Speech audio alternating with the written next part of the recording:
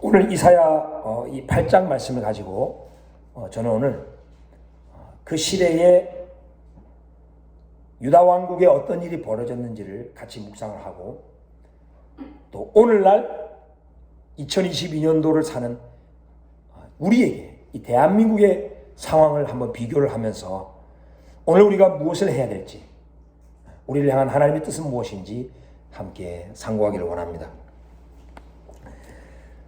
이 역사적 배경을 먼저 말씀을 드릴게요. 지금으로부터 약 2700년 전 저 이스라엘의 유다 왕국을 향하여 우리 하나님께서 이사야 선지자를 통해서 하신 말씀입니다. 이 이사야 8장의 역사적 배경은 지난주에 우리 담임 목사님께서 말씀하셨던 그 7장의 말씀과 거의 같은 시대에 주어진 말씀이라고 볼 수 있죠. 이사야 7장을 한번 잠깐 보실까요? 자, 이사야 7장 1절과 2절 같이 한번 읽겠습니다. 시작. 우시아의 손자요 요담의 아들인 유다의 아하스 왕 때에 아람의 르신 왕과 르말리아의 아들 이스라엘의 베가 왕이 올라와서 예루살렘을 쳤으나 능히 이기지 못하니라. 어떤 사람이 다윗의 집에 알려 이르되 아람이 에브라임과 동맹하였다 했으므로 왕의 마음과 그의 백성의 마음이 숲이 바람에 흔들림같이 흔들렸더라. 아멘. 네, 바로 이 시기입니다. 여러분 아시다시피 저 이스라엘은 이제 솔로몬 이후에 북쪽과 남쪽으로 갈라졌잖아요. 마치 우리나라도 한민족인데 북한과 남한으로 갈라진 것처럼 이스라엘도 북왕국 이스라엘과 남왕국 유다로 갈라졌습니다. 자, 그런데 시간이 지나서 이 북왕국 이스라엘이 그 옆에 있던 이방민족 아람과 동맹을 맺어가지고 자기 동족 유다 왕국을 치러 왔다는 거예요. 그래서 이 시리아를 아람이라고도 불렀는데, 이 아람의 르신 왕과 또 북왕국 이스라엘의 이 베가 왕이 동맹을 맺고 저 유다 왕국의 수도 예루살렘을 치러 왔다는 겁니다. 여러분, 마치 북한이 중국하고 동맹을 맺어가지고 우리 대한민국을 쳐들어왔던 것처럼 그 당시도 이렇게 쳐들어왔다는 것이죠. 그런데 예루살렘을 쳤으나 능히 이기지 못하니라. 하나님께서 예루살렘을 특별히 보호해 주셨다는 겁니다. 왜? 예루살렘은 언약이 살아있고 다윗 왕자를 내가 영원히 보존하리라. 이 왕조를 통하여 하나님의 언약 백성들이 준비되고, 또 이 언약 백성들 가운데 유대인의 왕, 만왕의 왕, 온 인류의 구원자 메시아가 올 나라이기 때문에 특별히 저 유다 왕국을 보호해 주셨다는 거죠.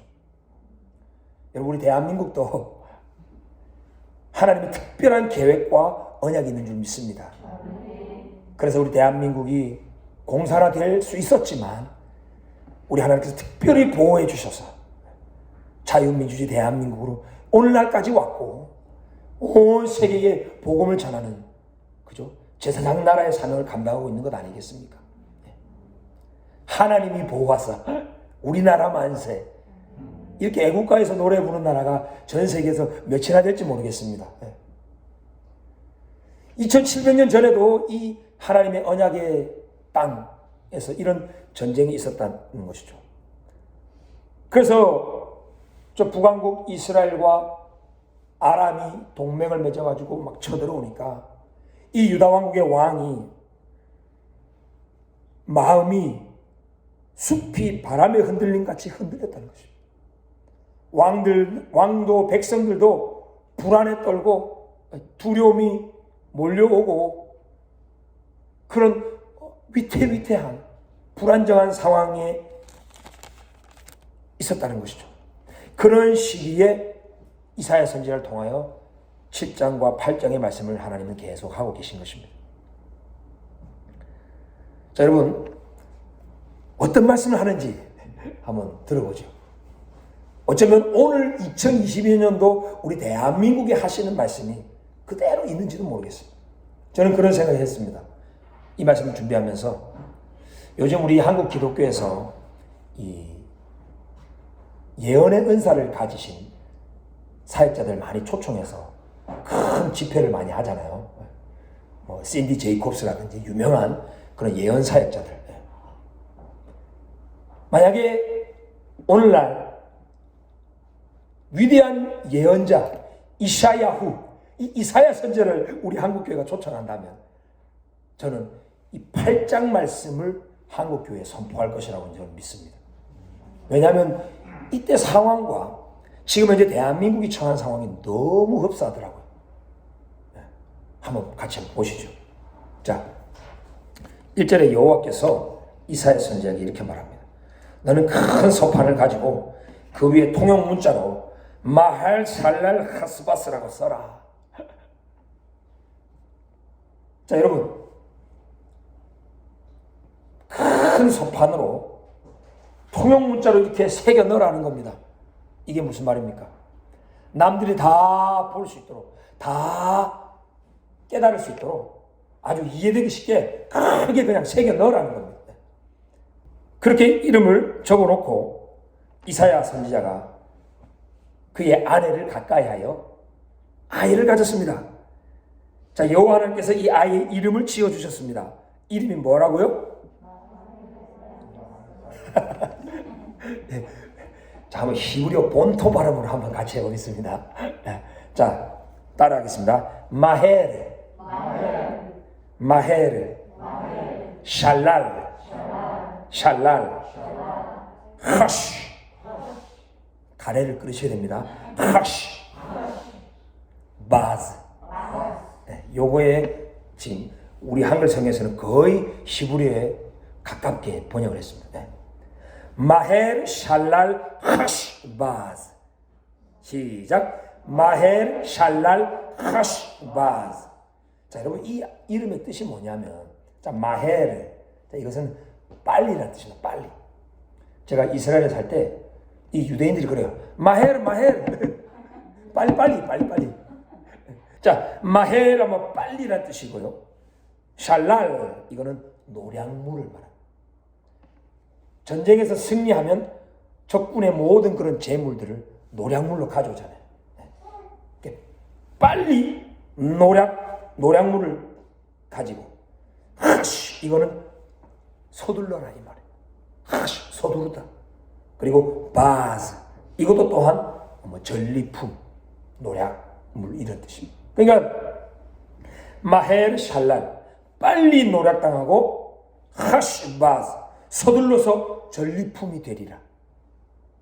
그러니까 이 아이의 이름이 빨리 노략당하고 서둘러 전리품이 되리다, 이런 뜻입니다. 여러분, 선지자의 아들의 이름이 이렇게 지어졌습니다. 자, 이 말은 이 아이가 막 노량물이 된다는 뜻이 아니고, 이 아이의 이름을 통하여 저 예루살렘을 괴롭혔던 저 북왕국 이스라엘과 시리아가 이렇게 당하게 될 것이다. 누구에 의해서? 아수르라고 하는 동방의 거대한 제국을 하나님이 데리고 와서 내 언약 백성 유다 왕국을 괴롭히는 저 북왕국 이스라엘, 베가왕, 그리고 저 아람, 즉 시리아를 내가 다 노략당하게 할 것이다. 속히 망하게 될 것이다. 이것을 예언한 겁니다. 이 아이가 내 아빠 엄마라 부를 줄 알기 전에 다메섹의 재물과 사마리아의 노략물이 아수르 왕 앞에 옮겨질 것임이라. 네, 여기 뜻이 나오죠, 그죠? 다메섹은 어디의 수도입니까? 네, 갑자기 제가 또 헷갈리네요. 다메섹, 시리아죠, 그죠? 네, 시리아, 아람의 수도가 다메섹입니다. 네, 이사야 8장 말씀이죠. 그리고 사마리아는 어디 수도죠? 북왕국 이스라엘의 수도가 사마리아입니다. 그러니까 하나님의 언약이 있는 저 예루살렘을 치러 왔던 저 사마리아와 다메섹의 이 모든 재물과 이런 또 사람들이 노량물로 그냥 다 끌려가게 될 것이다. 아수르 왕 앞에 다 옮겨질 것이다. 마헬 샬랄 하시바즈 하게 될 것이다. 여러분, 하나님은 이렇게 이름을 부르면서 당신의 행하실 일을 계시하십니다. 여러분 이름 지어졌죠? 여러분의 이름이 하나님의 예언적인 메시지가 다 있습니다. 성경을 보면 참 놀라운 것이 그 사람의 이름대로 그의 인생이 펼쳐졌어요. 우리 예수님께서 너는 베드로다라고 불러주셨어요. 너희 시몬 아니고 너는 반석이라는 뜻을 가진 베드로다. 그랬더니 진짜 베드로가 그 갈릴리 어부에서 교회의 든든한 반석이 됐잖아요. 여러분의 이름은 여러분이 짓지 않았습니다. 하나님께서 여러분의 부모님을 감화 감동하셔서 여러분의 이름을 지어주셨어요. 그러면 하나님께서 여러분의 이름을 통하여 그 이름대로 뭔가를 행하신다는 거예요. 이만큼 사람의 이름이 신적인 계시가 있다는 겁니다. 여기 6절에 보면 이 백성이 천천히 흐르는 실로암 물을 버리고 르신과 르말리아의 아들을 기뻐한다 그랬습니다. 여러분, 이 하나님의 언약 백성들 가운데 적군과 교통하면서 음모를 꾸미고 있는 자들이 있었다는 겁니다. 여기 이 천천히 흐르는 실로암 물을 버렸다. 이것은 저 예루살렘에 하나님께서 주셨던 그 다윗의 언약과 그 다윗 왕조의 정통성을 버렸다는 뜻입니다. 왜냐하면 그 이스라엘에 여러분 가시면 예루살렘 성이 있습니다. 거기 살짝 남쪽에 보면 The City of David, 다윗 성이라고 이게 발굴이 되었습니다. 그 현장이 그대로 복원이 되어 있습니다. 3000년 전 현장을 그대로 보실 수 있습니다. 그런데 이 다윗 성 쪽으로 시냇물가가 그 다윗 성 그 땅 속에 그 바위 터널을 통해서 물이 천천히 아주 부드럽게 무릎 밑으로 높이로 절절절절 흐릅니다. 이 바로 기혼샘에서 흘러내리는 물이 그 터널을 통해서 쭉 내려와서 나중에 실로암이 됩니다. 그게. 우리 신약성에서도 예수님이 그 앞을 보지 못한 자에게 실로암에 가서 물을 그죠? 씻게 하잖아요. 이 실로암 그 물은요, 천천히 흐르는 이 실로암 물은 바로 다윗 왕에게 하신 하나님의 언약과 다윗 왕조의 정통성을 상징한다고 볼 수 있습니다. 이 다윗 왕, 유다 왕국 안에 다윗 왕조의 정통성을 부인하는 사상이 빼딱한 사람들이 있었다는 거예요. 이 부드럽게 흐르는 물 싫다. 다윗은 너무 사람이 좋다. 화평을 추구하고 자유, 민주주의, 정말 하나님을 사랑하는 하나님의 성품으로 다스리는 이런 다윗 왕조, 이거 정통성, 이거 나 인정할 수 없다. 나랑 이념이 안 맞다 하면서 적국인 저 르말리아와 르신과 르말리아는 또한 시리아와 저 북왕국을 말하는 거예요. 저쪽에 아들을 기뻐한대요.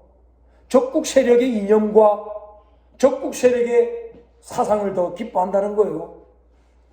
여러분, 대한민국에도 지금 그런 일들이 있습니다. 대한민국의 정통성을 부인하고요. 대한민국의 역사를 왜곡하고요. 우리의 적국 세력들의 사상과 이념을 더 기뻐하고 거기를 막 따라가는 사람들이 있어요. 2700년 전에도 똑같은 일이 있었다는 겁니다. 그러니 하나님께서 흉흉하고 찬이란 큰 하수, 바로 이 아수르를 상징하죠. 저 티그리스 유프라테스 강을 낀 거대 제국 아수르를 데리고 와서 다 뒤덮고서 골짜기에 차고 언덕에 넘쳐 심판하게 될 것이다 말씀합니다. 그리고 이 하나님의 이 심판하는 이 아수르가 하나님의 언약 백성 유다에까지 들어오게 될 것이다.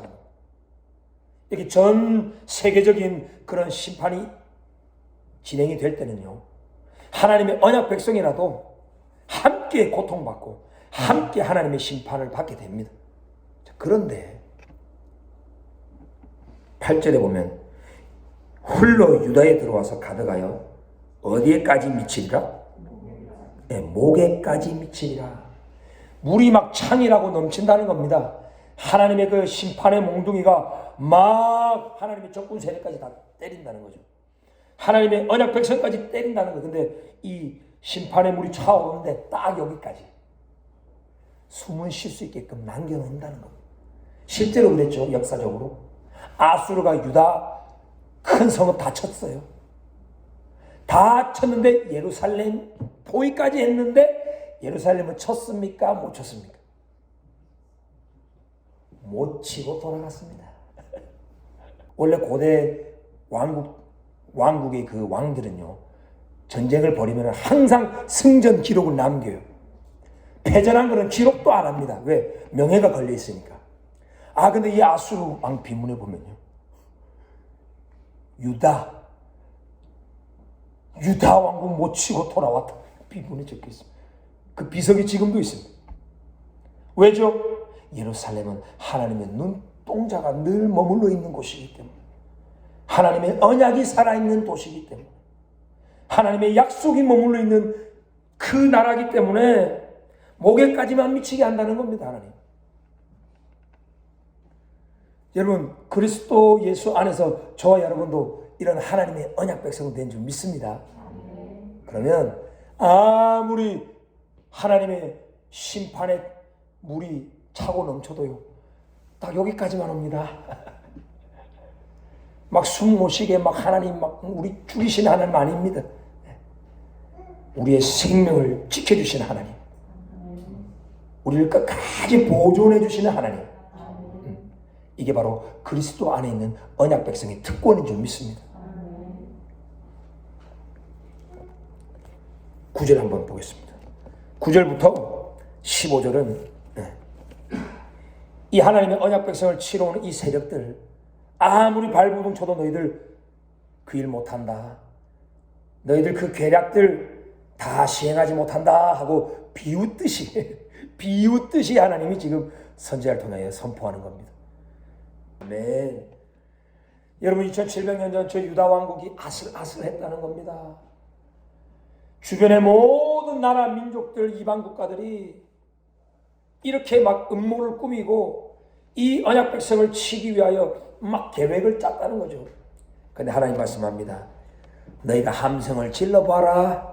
그래도 너희들 패망한다. 끝내 패망한다. 허리를 동이고 함께 전쟁을 계획하고 음모를 꾸며봤자 이스라엘은 하나님이 함께하는 민족이고 하나님의 언약이 있는 나라이기 때문에 너희들 그 계획 다 무산된다. 하나님이 지금 비웃고 있는 거예요. 한마디로 하나님의 이 언약이 있는 하나님의 언약 백성은 아무리 이방 민족이 함께 연맹을 맺고 치려고 해도 못 치는 거예요. 물론 그들을 하나님이 사용하셔서 자기 언약 백성을 호되게 때리시죠. 그러나 멸하지는 못합니다. 하나님은 항상 남은 자를 남겨주셔서 하나님의 언약을 끝까지 지킨다는 겁니다.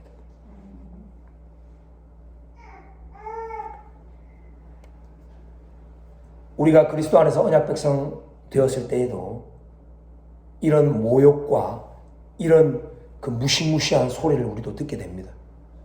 저와 여러분을 치려고 사람들이 막 음모를 꾸미고요, 계획을 짜고요, 막 우리를 낙심하게 하는 막 말들을 막 짓거립니다. 솔직히 함성을 막 지릅니다. 겁을 주지요. 유라 광풍 왔다. 너희들 파손된다. 이제 너희들 물에 다 빠져 죽는다. 막 그럽니다. 그런데 그리스도 안에 있는 하나님의 백성들은요, 그 광풍 속에서도 우리는 두려워하지 않을 수 있습니다. 왜? 하나님이 우리와 함께 계시기 때문에. 그리스도 안에서 예수 그리스도의 이름이잖아요. 하나님이 우리와 함께 계시다. 근데 우리가 두려움에 잡히는 이유가 바로 우리 말 때문입니다. 말. 그렇죠? 자, 이 백성이 이런 말을 한다는 겁니다. 반역자가 있다. 음모가 있다. 야, 너희들 가운데 큰 음모가 지금 진행되고 있다. 너희들 이제 큰일 났다. 이제 이런 거죠. 막 사람들은 그런 말을 해도 너희들은 반역자가 있다고 그렇게 말하지 말래요. 말 그대로 반역자, 이 conspiracy. 반역이 지금 진행되고 있다. 우리 한국 교회 이제 큰일 났다. 한국 교회는 이제 완전히 밥이다. 막 이랬다니까요. 근데 우리 하나님은 그런 말 하지 말래요. 백성들은 막 동요하면서 음모론에 빠져가지고 이 크리스찬 우파들 보면요. 이미 다 거짓으로 판명된 많은 그 음모론. 그거에 그냥 현혹돼가지고 우리가 더 막 음모론을 막 퍼뜨려요. 복음을 퍼뜨릴 생각을 안 하고 하나님이 우리와 함께 한다라는 이런 믿음의 말을 하는 게 아니고 계속 불안을 조장하고 두려움을 조장하는 말을 우리 안에서 우리가 더해요. 하나님이 너희는 이 백성들처럼 반역이 있다. 음모가 진행된다. 이런 말 하지 마라. 말씀하십니다. 왜? 하나님이 우리와 함께 하시니까 설정 있다고 해도 그거는 문제가 안 된다는 거예요. 왜? 하나님이 다 그것들 사용하고 계신 거예요. 적그리스도의 세력도 하나님이 다 사용하시는 거예요. 우리가 사탄의 능력을 너무 과소평가해도 안 되지만 우리 크리스찬들이 너무 사탄의 능력을 과대평가하는 경향이 있는 것 같아요. 사탄조차도 욥기에 보면 하나님의 허락받고 일합니다. 그죠? 가룟 유다가 예수님을 팔아 넘기는 것도 다 예수님이 허락해 준 거예요. 예수님이 내가 이 떡을 찍어서 주는 그 자가 나를 팔자다 하고 미리 예언하시고, 자, 사탄 준비됐나? 인류의 구원을 위하여 나의 언약 백성이 나를 십자가에 이제 넘기게 하실 거예요. 하나님이 다 계획하시고, 자, 요거 찍어주는 자 안에 들어가야 돼 하고 찍어주고 가룟 유다에게 줌에 그때 사탄이 들어갑니다. 하나님은 사단의 모든 활동까지도 다 사용하셔서 당신의 선한 일을 이루고 계신 하나님이셔요. 이런 하나님의 절대 주권을 우리는 믿어야 될 줄 믿습니다. 그래서 뭐 음모가 있다, 반역자가 있다, 우리 이제 큰일 났다, 눈에 보이지 아니하는 이 적그리스도 세력에 의해서 우리 한국 교회는 이제 밥이 됐다, 이런 말 하지 말라는 겁니다.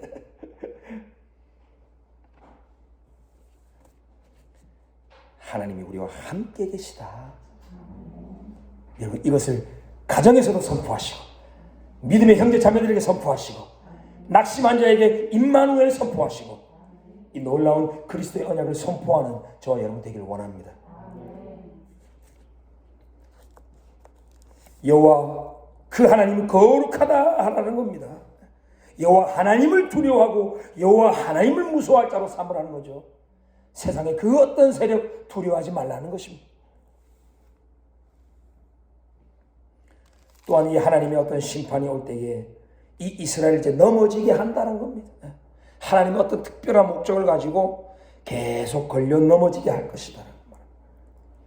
여러분, 이 한 민족 안에 위기가 찾아오면 그 민족 안에 하나님의 언약 백성들이 있잖아요. 우리 대한민국에는 한국 교회가 있습니다. 그리스도의 제자들이잖아요. 근데 우리 제자들이 이런 위기 속에서 하나님을 잠잠히 바라보지 못하고 막 나가서 적그리스도의 세력과 싸우려고 할 때가 있습니다. 코로나 정부 사기다. 대한민국 정부 이거 완전히 이거 적그리스도의 세력이라 하면서 막 저항하고 막 한가할 그런 데 시간을 보낼 수가 있어요. 물론 자유민주주의 대한민국이기 때문에 우리의 목소리를 발해야죠. 법적으로 또 건전한 시민 운동을 해야지요. 그런데 오늘 본문에 보면 야곱의 집에 대하여 얼굴을 가리시는 여호와를 나는 기다리며 그를 바라보리라 그랬습니다. 하나님께서 우리 대한민국에 한번 하나님이 채찍질을 드시고 지금 때리시는 시기는 아닌지, 코로나 바이러스를 통하여서 온 세계 열방을 정말 회개할 수 있도록 하나님이 지금 얼굴을 지금 가리고 있는 시기는 아닌지, 이런 시기에는요 우리 한국교회의 얼굴을 가리치는 여호와 하나님을 잠잠히 바라보면서 기다리고 기도하고 회개될 줄 믿습니다. 이런 시기에 밖으로 나가가지고 막 돌 던지고 데모하고 막 저항하고, 엊그저께도 카자흐스탄에서 그죠? 정부를 향하여 엄청난 폭력 시위가 있었어요. 카자흐스탄 정부 건물을 막 파괴하고요. 160명 이상이 죽었어요. 사탄의 계략은 그런 거예요. 죽이고 멸망시키는 거예요. 재앙이 왔을 때 밖으로 나가게 합니다. 미련한 자는 재앙이 오면 밖으로 나가느니라 그랬습니다. 하나님의 심판의 하수가 막 쳐들어올 때에 잠잠히 하나님께 무릎 꿇어 기도하고 회개하고 다시 말씀으로 돌아가야 되는데, 그 창이 하나님의 그 심판의 하수와 맞서 서겠다고 나가가지고 막 저항하게 합니다. 그러다가 결국 죽게 만들어요. 이게 사탄의 계략이에요. 너무 의로운 정의감에 불타게 하는 거죠. 그래서 지혜서는 너는 너무 지나치게 의인이 되지 말며 지나치게 악인도 되지 말라 그럽니다. 극단주의자가 되지 말라는 거예요. 우리 대한민국의 우파들 중에서 극단주의로 들어가는 사람들이 있습니다. 그런 사람들은 우리 우파를 오히려 극단주의자로 이미지 메이킹을 만들어가지고 대한민국 국민들로 하여금 완전히 신뢰를 버리게 만드는 계략이 있죠. 정부는 정부로 하여금 더 미움을 사게 해가지고 정부로 하여금 감옥에 집어넣게 만드는 거예요. 극단으로 치우치면 그렇게 됩니다. 여호와를 기다리면서 잠잠히 그를 바라보아야 될 시기라는 것입니다. 여러분, 이렇게 위기가 찾아오면 제사장이 급증합니다. 선지자들이 급증합니다. 너도 나도 다 하나님의 메시지를 받았다 하고 다 하나님의 메신저가 되려고 하죠. 왜? 뜰 수 있는 절호의 기회니까. 내가 한번 미래를 얘기했는데 이것이 딱 맞아들여지면 나는 이제 뜨는 예언자가 되는 거예요. 국가의 위기가 찾아오면 너나 하나 나나 할 것 없이 다 하나님의 메신저가 되려는 경향이 있습니다. 그런데 우리가 그 수많은 메시지를 유튜브를 통하여 또 다른 매체를 통하여 막 듣잖아요. 메시지의 홍수가 막 있습니다. 그때 우리는 잘 들어야 됩니다. 이 메시지가 하나님의 율법과 증거의 말씀을 따르는지 아니면 충돌되는지. 하나님의 율법, 토라, 창세기, 출애굽기, 레위기, 민수기, 신명기, 이 모세오경을 토라, 율법이라고 하죠. 이게 성경의 가장 중요한 베이직이 되죠. 왜 우리가 죄인인지, 무엇이 죄고 악이고 선인지를 말해주죠. 왜 인류가 타락하여 메시아가 필요한지를 말해주죠. 우리가 죄인인지 깨달아야 그리스도가 필요한지 알죠. 죄인인지 깨닫지 못하는데 십자가의 은혜가 될 수가 없죠. 하나님의 율법과 말씀의 증거, 선지서, 이 하나님의 이 말씀에 맞아야 된다는 겁니다. 맞지 않는 메시지가 너무 많다는 겁니다. 2700년 전 이 유다 왕국에서 이런 신접한 자, 마술사들이 득세했다는 겁니다. 너도 나도 다 하나님의 말씀을 받았다 그러고 여기저기서 세미나하고 특별 무슨 집회하고 그냥 선포했다는 거죠. 저도 정말로 하나님의 이 율법과 증거의 말씀과 맞지 않는 메시지를 전한 적이 얼마나 많을까 솔직히 두렵고 떨립니다. 유튜브를 통해서 들려오는 많은 메시지를 보면 이 하나님의 진리의 말씀과 맞지 않고 음모론의 근거를 두고 막 메시지를 전하고, 어떤 단체나 어떤 조직의 주장 위에서 막 전하고, 개인의 어떤 신학과 개인의 어떤 해석을 성경 위에 두고 막 전파하고, 이런 메시지가 막 난무하는 시대라는 거죠. 우리 예수님도 이렇게 가르치셨어요. 죽었다가 살아난 자가 가도, 부활한 자가 가도 그들이 안 들을 거라는 거예요. 못 믿는다는 거예요. 그들에게 모세와 선지자가 있으니 그들에게 들을지니라. 우리 예수님이 그렇게 말씀하셨어요. 우리 예수님은 그리스도로서 하나님의 율법과 선지서의 그 진리의 말씀과 다 일치되고 그 계시의 말씀 위에서 복음을 선포하신 분인 줄 믿습니다. 율법과 선지자와 상충되게 말씀하신 분이 아니셔요. 그래서 모세와 선지자에게 안 들으면 부활한 사람이 간증 집회도 안 듣는다 이 말이죠. 오늘날 한국 교회에 얼마나 많은 이런 치유와 기적을 경험한 사람들, 자기만의 어떤 놀라운 환상의 세계를 경험한 사람들, 그런 사람들의 메시지가 얼마나 많습니까? 그런데 그런 메시지하고 하나님의 율법의 말씀, 증거의 말씀하고 항상 정말 그러한가 하고 우리는 비교하고 베레아 사람처럼 말씀을 상고해야 될 줄 믿습니다. 우리 대한민국의 이 마지막 시대에 정말 우리 한국교회가 진리의 말씀으로 돌아가기를 원합니다. 회개하기를 원합니다. 하나님만 두려워하고 임마누엘 하나님이 우리와 함께 계시다, 날마다 긍정적으로 말씀을 선포하는 저와 여러분이 되기를 원합니다. 유락으로 광풍을 지금 통과하고 있습니다. 우리 대한민국, 우리 한국교회도 마찬가지인 것 같아요. 이 가운데서 우리 두려워하지 말고 우리 입술로 계속 임마누엘 외치면서 그리스도가 우리의 왕이십니다. 이 나라의 영원한 통치자는 그리스도 예수님이십니다. 그 어떤 지도자가 세워진다 할지라도 그분을 또한 하나님이 사용하셔서 결국 선을 이룰 것입니다. 이런 믿음으로 다음 대선도 준비하고 통일 한국을 열어가는 저 여러분 되기를 간절히 원합니다. 우리 함께 기도하겠습니다.